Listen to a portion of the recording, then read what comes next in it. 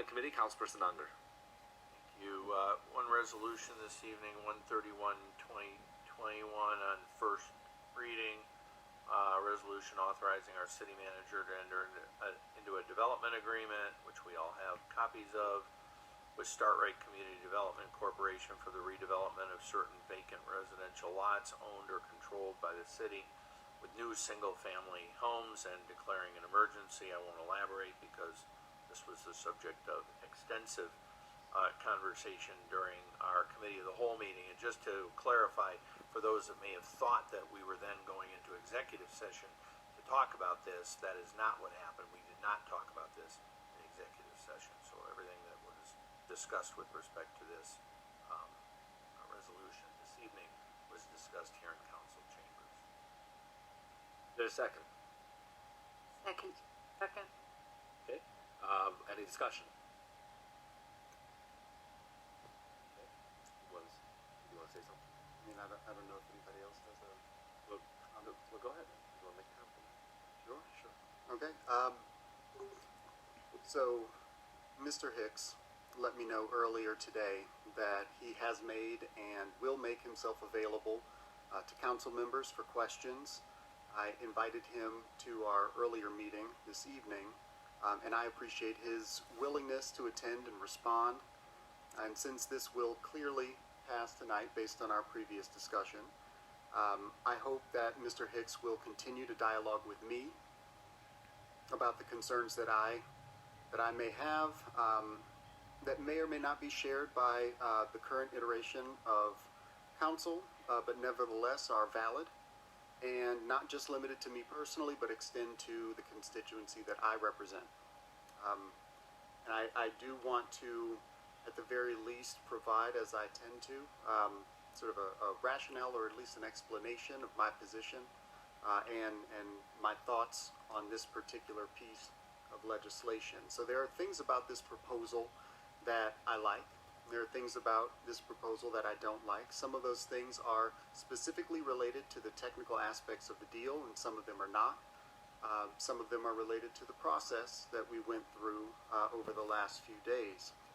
And so I'll start with some things that I think are not related specifically to the technical aspects of this deal, but I believe are important. I think that it is very important, and I appreciate very much that this is a group of accomplished and skilled black men who have come together to create this enterprise. I am really interested in seeing more and more of that in our community. I think additionally, this is a step forward toward more equitable city-supported development in areas that have not received the same levels of investment that other areas of our city have received. I like that as well, and I want to see more of that. And I think that this proposal represents a step in that direction. What I don't like, unrelated to the technical aspects of this deal, is the fact that every single time we're given this opportunity, we are definitely sending a message to the lesbian, gay, bisexual, transsexual, queer, non-binary members of our community, that such a public, although maybe 15, 16 years ago, 17 years ago, public display of the denial of their dignity and equality can just be water under the bridge for our city government without some real reconciliation and educational opportunities. So as I said, I look forward to continued dialogue with the concerns that I have. And then related to the process, I think I recognize that, my desires for regular order, and by regular order I mean the order that is envisioned in the default position of our code, which allows for 2 readings before council, to allow for a greater understanding and the possibility of citizen input into the deals that we have. And we did not get that with this particular agreement. As I said in the previous meeting, we received, or at least I received, this agreement on Friday evening, and it is now Monday night, and I'm expected to vote on this. And I would have preferred being given regular 2 readings so that we could read it into the record, allow the people and our council to take some time to look at it, get questions answered. There are still questions that I've developed since we had our committee of the whole meeting that I will not get answered before this is up for a vote. And I think that the possibility of creating another extension was not even considered, and I think that for future reference, our default position shouldn't be passing something on first reading on an emergency basis. We should figure out a different way to do this. So that's a process question, a process concern that I have. Now, when it comes to the technical aspects of the deal, there are particular things that I like, and there are things that I do not like about this deal. One of the things that I like is I really appreciate our staff taking the time to remove certain issues that I expressed when we were discussing the MOU, when we were discussing the proposal, the $250,000 that was expected from the city to allow for financial feasibility of this project being removed, I believe is helpful. Separating the idea of a down payment assistance program from this particular project and instead working on the possibility of creating a more general down payment assistance program that could benefit other home buyers that are not specifically related to this project, I think is a step in the right direction as well. There are some things that I am concerned about in this deal. I think we are missing an opportunity to create some stretch goals on sustainability. I think LEED Silver, striving to achieve LEED Silver is a thing of 10, 20 years ago. This is no longer a stretch goal and will not help us get where we're going. I think that the people of our community and our community deserve better than LEED Silver. I hope that for future reference we can do better than that in proposals that are brought to us.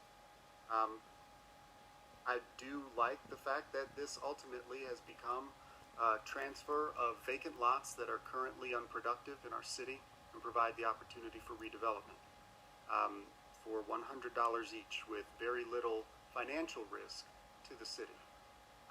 However, there is risk. There's opportunity cost. There is the potential that we are missing out on a chance to do better, and maybe even do better with this particular developer if we were more creative about what type of structure in the deal we were willing to enter into. So I think that this is a mixed bag for me. And so I wanted to express some of those issues. One really important issue, specifically related to this deal, of course, is the lack of a track record in the lead developer on building houses. But aside from that, the financials on this deal, although the city is not on the hook for the $250,000 or the upwards of $300,000 specifically related to this deal for the down payment assistance, there is still the possibility of a failure in construction and the sort of piecemeal approach instead of being maybe a little bit more helpful as the city in helping to secure financing that is a bit more secure than the $1 million of construction line of credit, I think could have gone a long way to creating a more secure deal with a more guaranteed completion. So these are issues that I have specific to the deal. And that ends my comments on this particular deal. Thank you. Okay, I guess now we are going to have other comments now. Okay, Mike and then Davida. So let's just start with that last point.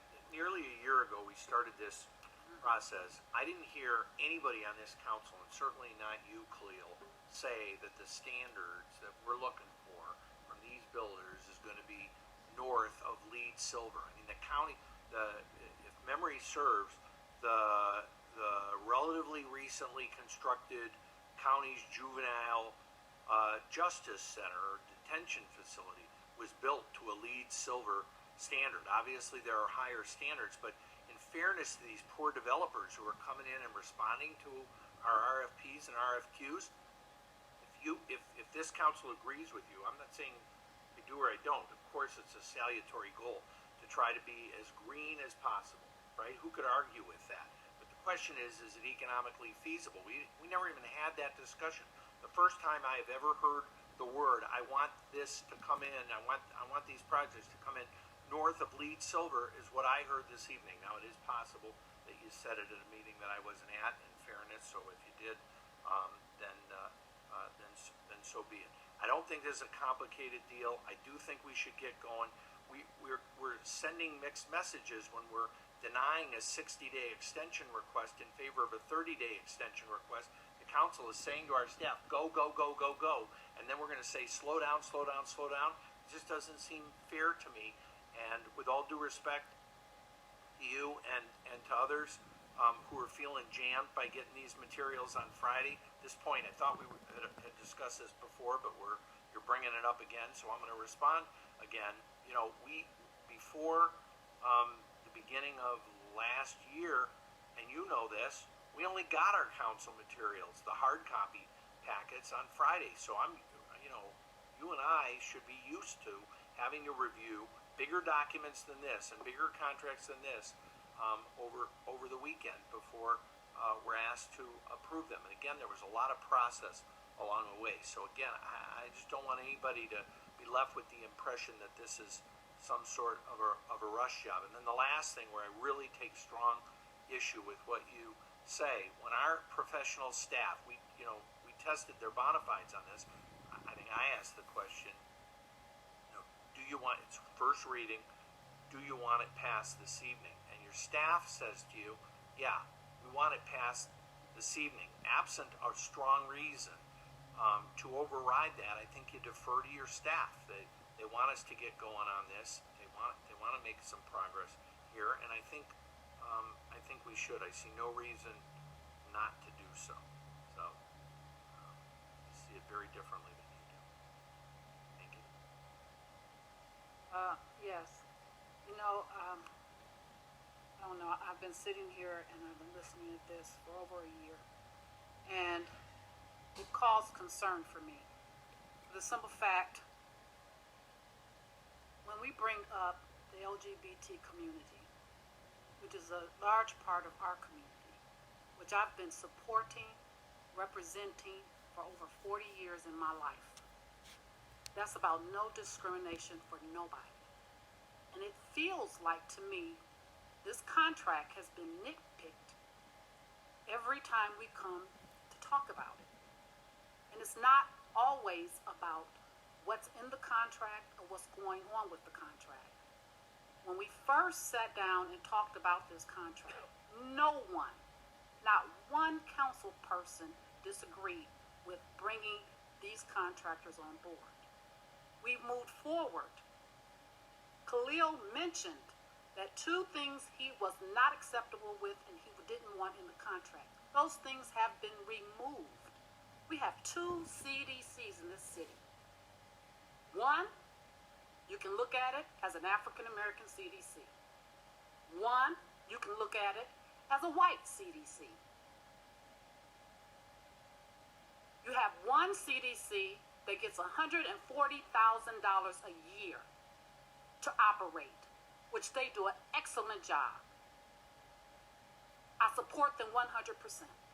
You have another CDC that is an African American CDC, gets not one dime from this city. Not one. $10,000 to feed hungry people. One CDC that's in the African American community who is trying to build up the African American community. We withdrew the $250,000 loan. They went out and got a line of credit for $1 million that is not attached to the city. We rent city property for $10 a month, and we're charging them $100 a month, $100 for the lot. We are trying to uplift this community, but furthermore, where is the love in the healing of our community? Where is it? We're talking about something that happened 15 years ago that I may have nothing to do with and don't know anything about. But I know one thing. Hate does not belong in this city. The LGBT community and Start Right, for us to heal, we have to work together. That's bringing people together to bring about a different mindset. I'm quite sure whatever Pastor Hicks did long time ago, I'm quite sure he done paid for it 5 times over because he's no longer on this council. I'm quite sure he's continuing to pay for it over and over and over again. But when does it stop? When does it stop? I'm not going to discriminate against that gentleman when he's doing good for the African American community and trying to uplift the disparity in that community. I'm not going to go against the LGBT community when someone is hurting them. I'm not going against the women when someone is hurting women or white or black. It is justice. It is non-discrimination. This is what we've been fighting for in our city right now. That's why we have a racial justice task force.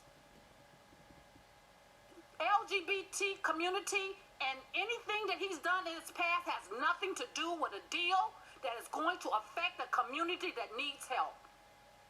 Until we can stop ourselves and say, enough is enough, we will bound together with love where all are welcome, no one is discriminated against, and all of us will help uplift each other. That's when we call Cleveland Heights all is welcome, and this is a home that will accept everybody. We have been nitpicking this man's contract and their contract for a year. For what reason? For what reason? Anything we've asked for, they've taken it out. Anything we've done, they've taken it out. And we still nitpicking on a contract where they went out and got $1 million on their own of a line contract that had nothing to do with us. This has to stop. Hate has to stop.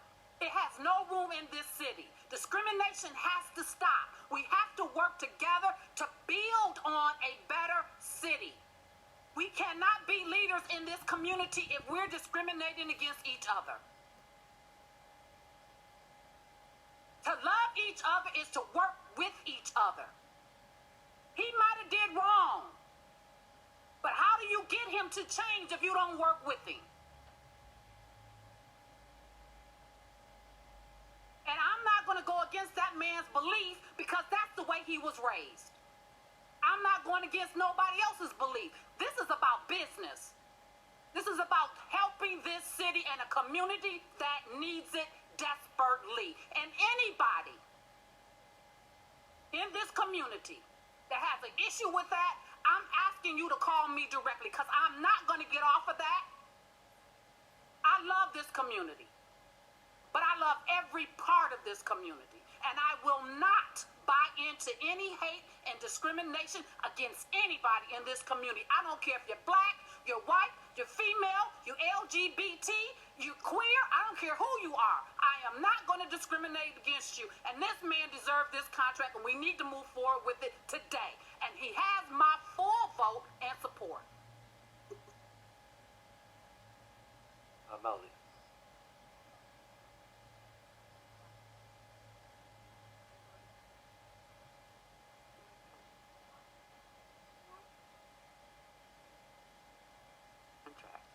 I'm comfortable. I've read through what I've gotten.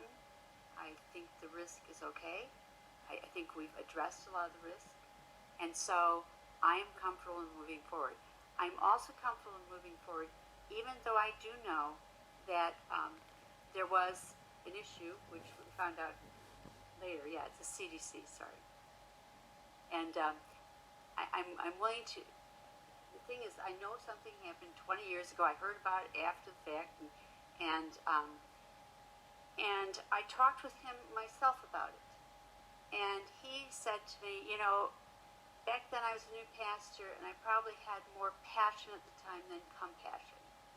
And I think that says a lot. And I think if we look at it, he's doing good. He's doing good in the community. He's feeding people. He's helping people. He's trying to build up the community.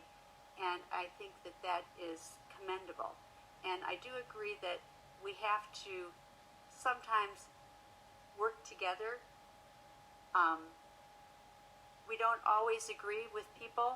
I mean, my own mother I don't agree with on abortion or gay rights. She and I are miles apart. But I do still have Thanksgiving dinner with her. We just know what we can't talk about. But, you know, this man, I think, has come along, and I think we've come to a point that we should go ahead with this and get Caledonia moving upward. And so that's why I will vote for it tonight. This is not about a man. This is about a contract to help a community. Take the man out of it. Take what supposedly he done out of it. This is about a contract to help a community. Personalities need to be put aside and bring love into this community. Okay, Craig. I'll be brief. This CDC has taken on task in that neighborhood that no one else has been willing to take on. And I would say that if they weren't stepping up to the plate, these things wouldn't get done. We spent a lot of time arguing about a contract that realistically involves at most a $2,300 loss to this city because we're selling the lots to him up to 23 lots, $100. My question is, why aren't we selling the lots for $1, which is typically what I see in these CDC contracts? Thank you. You know, is there some disparate treatment going on there? But regardless, they're apparently happy with them paying for $100. There's some urgency to get this thing moving so he can start construction. Under the timelines in this contract, they have to have 3 homes completed by the end of next year, or if they don't have them done, at the city's election, we could terminate the contract. So there's no point in our continuing to delay this. It was back on March 15th of this year, before I was on council, that council approved the city going forward to negotiate this agreement, the majority of which is simply legalese boilerplate that was on a word processor. I don't know why it's taken us 6 months to get to this point. In my view, this contract should have been completed months ago, should have been signed, and they should have been already having the ability to do some construction at this point. So I don't have any reservations about our approving it tonight. It should have been approved 2 months ago. And I just want to clear the record. There have been 2 community meetings on the projects of these homes for the Caledonia area.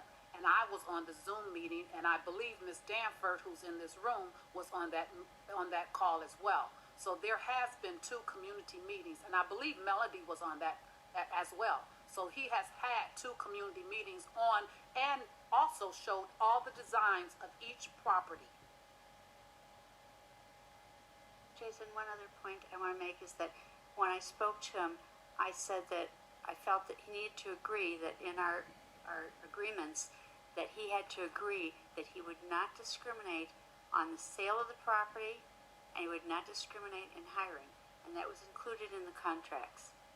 Melody, I talked to them. That was the first thing that came out the thing when we talked about it the very first time. The very first time this went through, I mentioned that. I had already talked to the LGBT community, and they told me as long as there was no discrimination, they had no issues or problems with it. When I made the statement before, not one person called me in disagreement. So I don't know where this is going, but we need to stop and just stop the discrimination all across the board of this city, period. I just want to thank Start Right CDC for the great work that they're doing in Caledonia. I think they're good partners. They've shown a good history now of really caring about that neighborhood, and that's a neighborhood that desperately needs attention.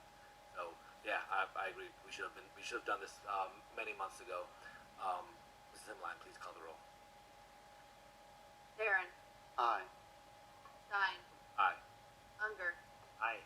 Cobb, Aye. Hart, Aye. Russell. Definitely aye. 6 ayes, Your Honor. Unanimous.